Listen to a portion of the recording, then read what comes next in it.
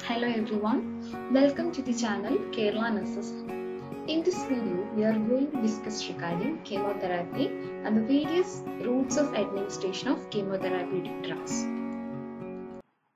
Chemotherapy is a type of cancer treatment that uses one or more anti-cancer drugs as a part of a standardized chemotherapy regimen.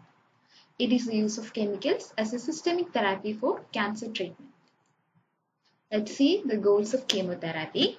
So chemotherapy is used to eliminate or to reduce the number of malignant cells present in the primary tumor and the metastatic tumor sites. They also helps in cure, control and palliation and to improve the sense of well-being of the individuals. Let's see the factors determining the response of cancer cells to chemotherapy. In that first one, the size of the tumor. If the size of the tumor is very small, the response will be high. And second one, the age of the tumor. As the tumor is in younger age, the greater response can be achieved with the help of chemotherapy. And next one, location of barrier. There are certain chemotherapeutic drugs which can cross the blood-brain barrier. So these drugs can be used in the management of any metastatic brain tumors.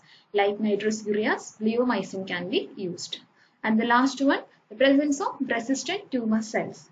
Certain cancer cells, they will undergo mutation and the presence of these mutated cancer cells may resist the effect of chemotherapy.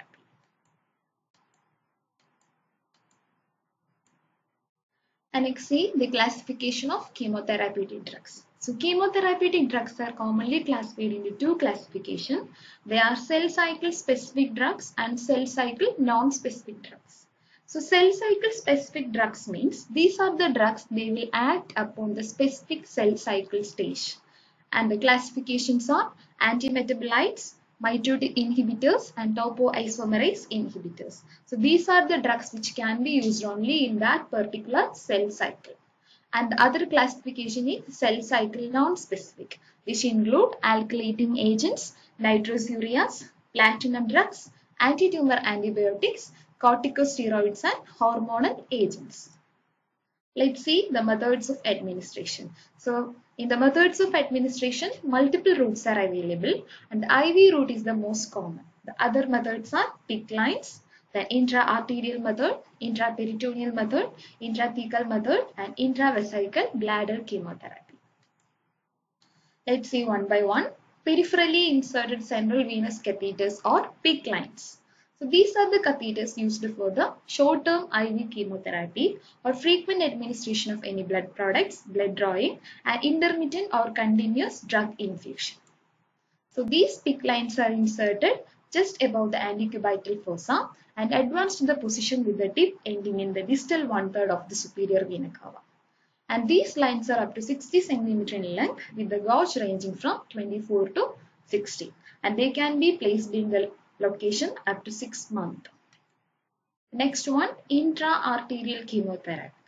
So which deliver the drug to the tumor via the arterial vessel supply into that particular vein. So here we are injecting the drug directly over that particular blood vessel. So example, cancers of the head and neck, bladder, brain and cervix. The next one, intraperitoneal chemotherapy. Intraperitoneal chemotherapy involves the delivery of chemotherapy to the peritoneal cavity for the treatment of peritoneal metastasis from primary colorectal and ovarian cancers. So here, temporary celastic catheters are percutaneously or surgically placed in the peritoneal cavity for the short-term administration of chemotherapy. And the chemotherapeutic drug is generally infused in the peritoneum, that is up to 1 to 2 liter fluid is allowed to dwell in the peritoneum for a period of 1 to 4 hours. And following the dwell period, the fluid is usually drained from the peritoneum. The next method is intrathecal chemotherapy. This method involves a lumbar puncture and injecting the chemotherapeutic agents directly to the subarachnoid space. Example, the cancers usually affecting the central nervous system or the cancers that has been metastasis to the central nervous system. And the last method is intravesical bladder chemotherapy. So here the chemotherapeutic drugs are put directly to the bladder through the catheters and these drugs will kill actively growing cancer cells. So installation of the chemotherapy to the bladder will promote destruction of the cancer cells and will reduce the incidence of recurrent diseases.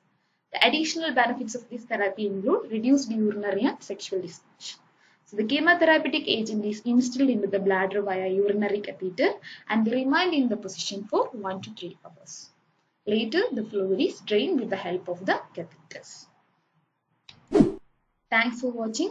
Please subscribe the channel for more interesting videos.